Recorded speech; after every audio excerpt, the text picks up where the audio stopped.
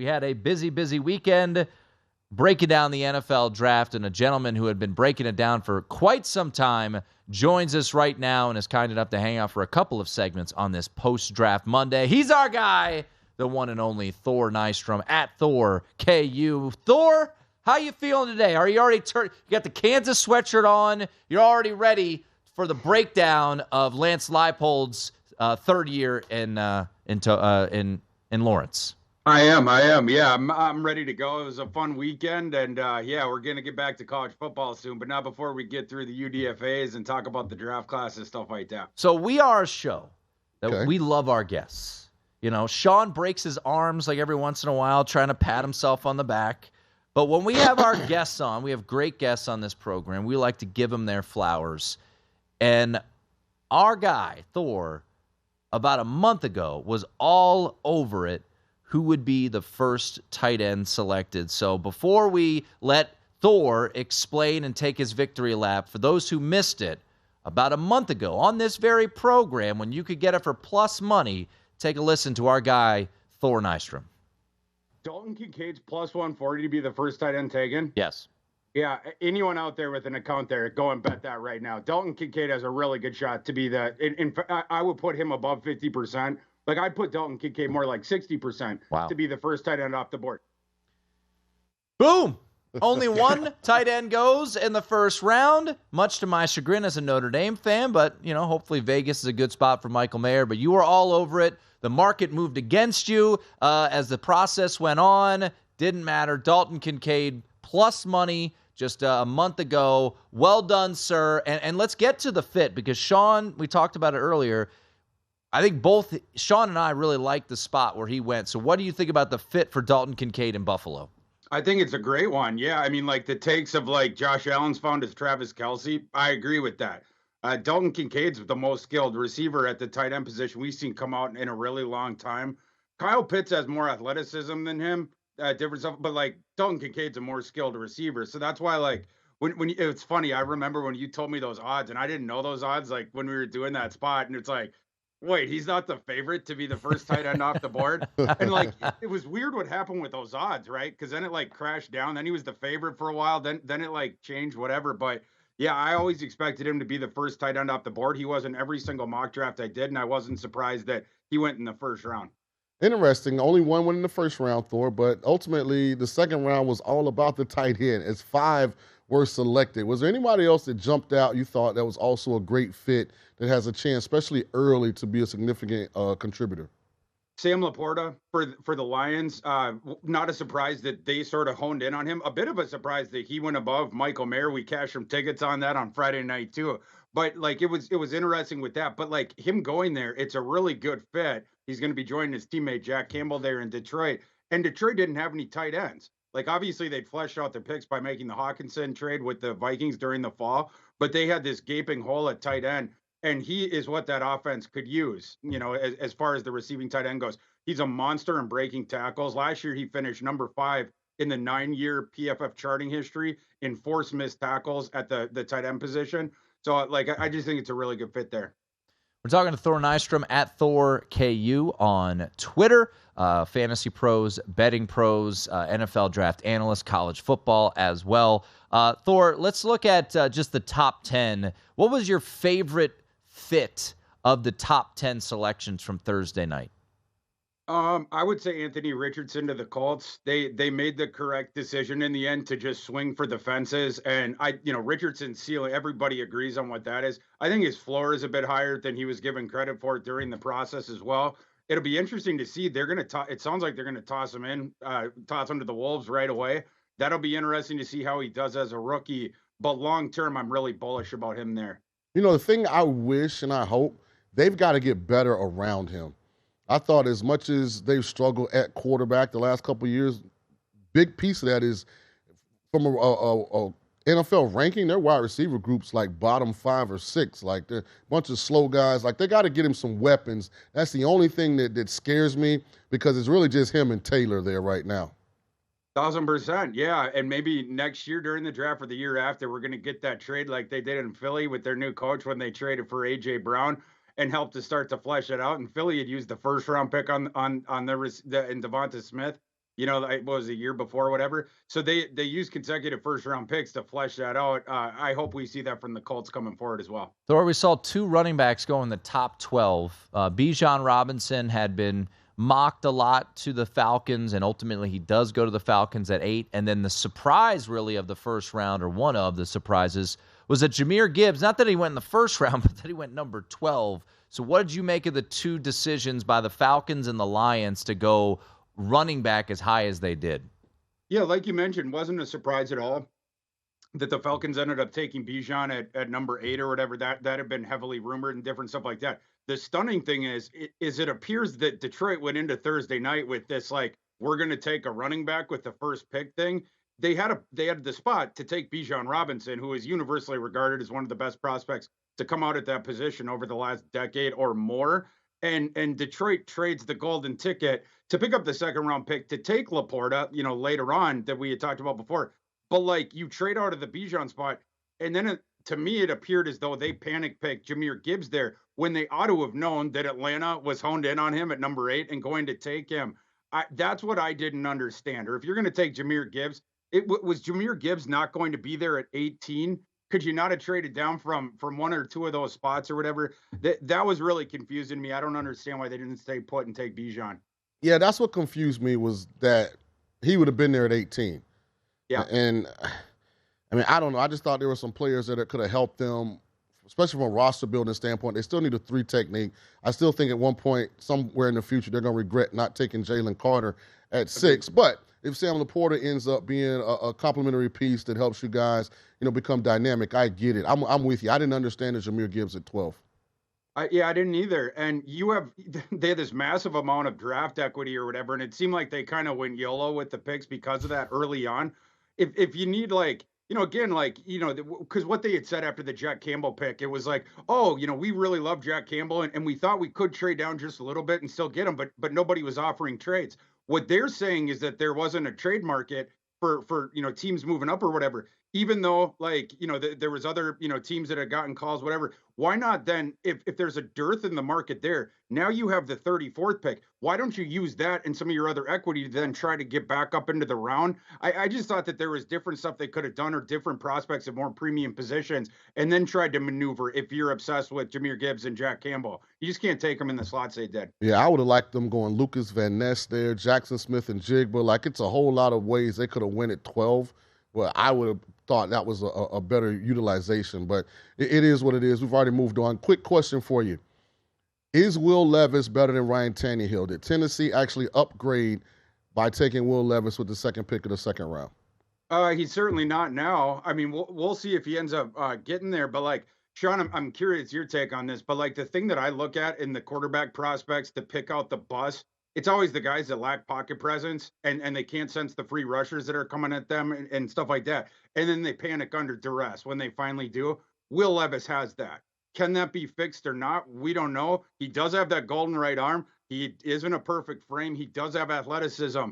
But if they can't fix that they just burned a second round pick. I think just on the upside, it was worth it. Like, whatever. But, like, it is a long bridge to get there until he's a fully realized product. I think Will Levis is Tim Tebow, just without, like, the religious aspect. For real. Thor, we're going to hang out with you for another segment so we don't have to squeeze in everything else. I want to jump back. You said Lucas Van Ness. Mm-hmm. Lucas Van Ness goes to the Packers. Packers then go Luke Musgrave. They go Jaden, the wide, was it Daniels? Jaden Reed. Jaden Reed. Jaden Daniels is still at LSU, dummy. And then they had the South Dakota State tight end as well. What did you make overall of what the Packers did in the NFL draft? I liked their first round. I was super confused by the second round. It's funny, when they took Musgrave, I'm like, you dopes, there's a better receiving tight end on the board that you took Musgrave over him. That was Tucker Kraft. Then they took a round later. So it's like I definitely expect Tucker Kraft to have a better career for the Packers than Musgrave. And then the other second round pick, Jaden Reed, I didn't get that one at all. I know that he had some fans during the draft process. I think that was just because this receiver class was super shallow. I made the joke in my grades column about how there was this concept of press box hot that Bill Simmons had proposed. and I think that Jaden Reed is the press box hot of this receiver class, where people only started talking themselves into him because there was a dearth of receivers there. Did they mistakenly put Sean Clifford on the card? Say, they drafted Sean Clifford. They get an F. I just like they get an F. Super weird. Yeah, they get an F. Did they mean to they're like, we're going to get this guy as an undrafted free agent, and they turn the card in by accident? I don't understand that one. All right, much more with Thor on the other side. We'll get into those grades that he mentioned as well. Stick around. More draft talk with Thor Nystrom next right here on VSiN Primetime.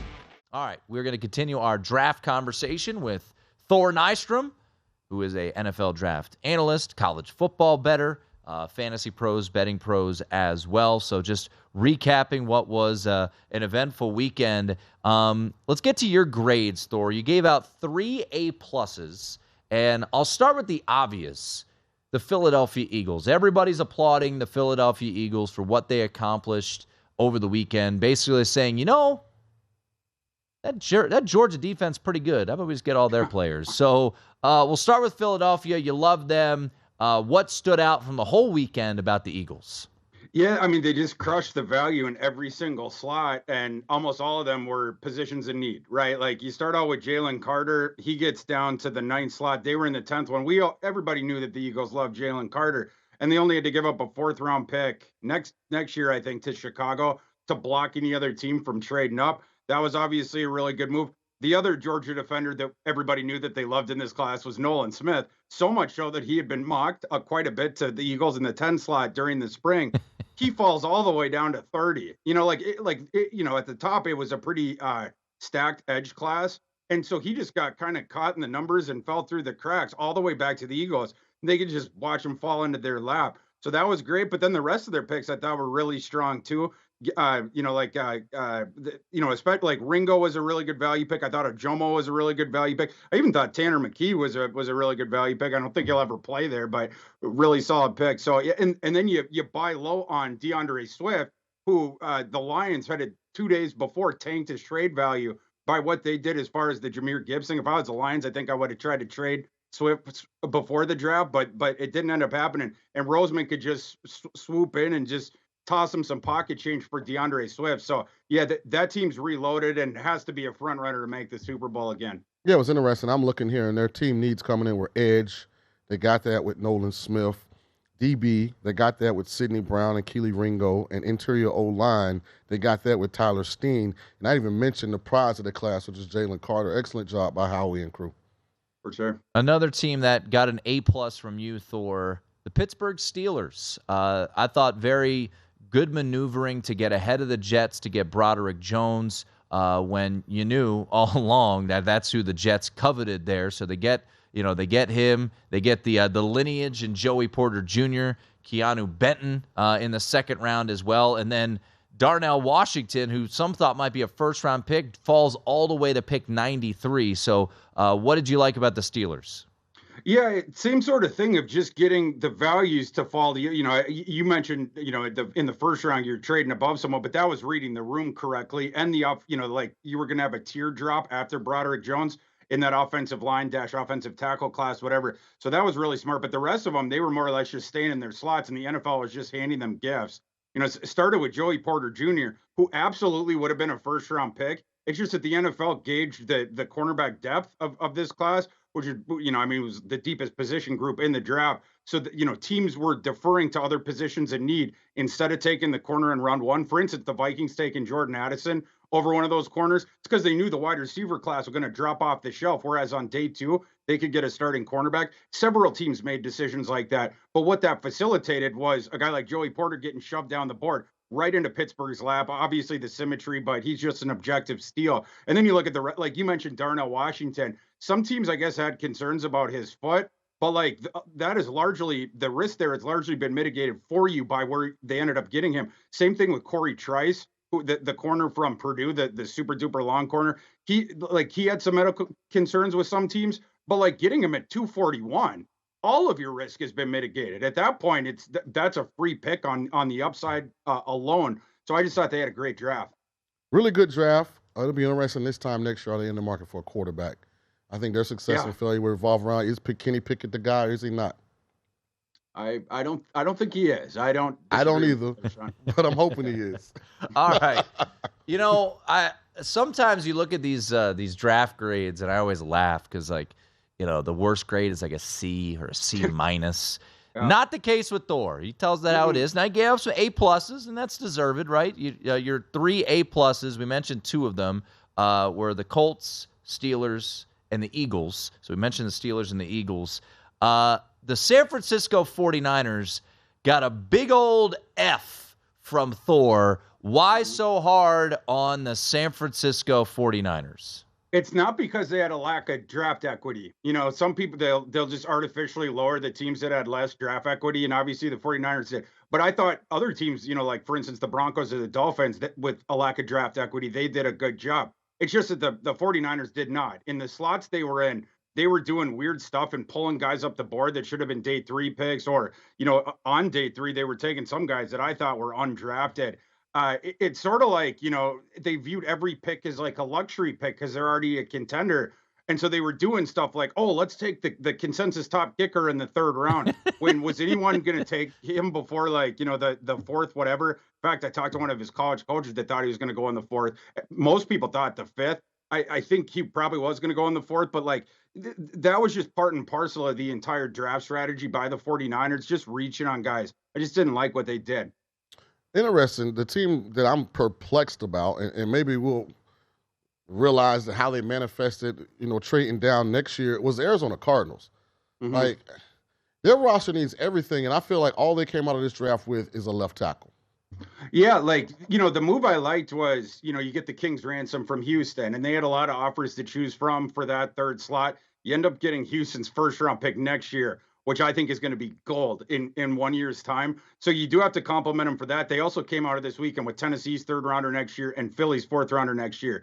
But all that being said, as far as just the picks that they made on the clock and some of the other decisions they made, I just didn't like them. Like, Paris Johnson, you give up the high 2nd-round pick to move up and get him, and right. I think another ancillary pick too. But, like, is the difference between him and Broderick Jones that big? Right. You give up that amount of equity? I don't think so, and pay him way more. Like, I didn't think so.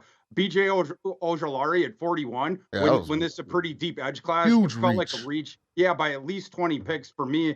And then, like, Garrett Williams, I'm okay taking the shot on his upside, but it's almost like they drafted him as though they didn't know that he's coming off of a knee injury. Like, it's just like they took him where he was going to go anyway. I thought he was going to go 35 picks later or so because of that. The only pick of theirs that I really liked was Michael Wilson. In the slot, it was made from a value perspective. I thought that was a strong one, but the rest of the class left me scratching my head. Yeah, I felt like Paris Johnson was an overreaction to trying to appease Kyler Murray. Because I'm with you. If you stay at 12, like Darnell Wright, Broderick Jones, like, I didn't see that big a difference between Paris Johnson. And then you keep the early 2nd pick, which I think was really valuable, the one that gave up. 1,000%, yeah, and it's a roster that's full of holes. It might be the NFL's worst at this point. So yeah, I'm not giving up all that equity. Go up and get Paris Johnson. When to me, it's more like this is the difference between him and, for instance, Broderick Jones. But like, if you lose out on him, who cares? Just defer to one of the other guys. You're still going to get a premium prospect with that 2nd rounder that you traded. But that's what they decided to do. Wrapping things up with Thor Nystrom at ThorKU on Twitter. Go check out his article on all of his draft rankings, or grades, I should say. You're a guy who knows everyone who went in this draft, so I don't have a worry about asking you this question. Give me a skill position player from day 3 that you are very intrigued to see how they play and you think could make some noise. I would say Evan Hall, the running back from Northwestern. I was super bullish on him. He's the most diverse receiving weapon, maybe outside of Bijan Robinson and Gibbs in this entire class. You put him number 3 with the running back class. He can be deployed in the slot. He can be deployed out wide, runs good routes out of the backfield. Also think he's an underrated runner. He just didn't get to show it because at Northwestern, there was always enemies crashing the gate right when he got the ball. But he has the vision. He has the short area agility, can make you miss with the one cut, whatnot. And then he's got way more juice than people thought. And he proved that he was a stud athlete at a threshold size of right around 210 pounds, tested as a 90-plus percentile size-adjusted athlete. He goes to the Colts behind Taylor, but I think he's going to do stuff. Devin Achane, 2023 NFL Offensive Rookie of the Year. I got to say Roschon Johnson, too. He's going to start right away for Chicago. That was what I got. I mentioned him as well. Go to VSiN.com/subscribe to become a VSiN Pro subscriber today.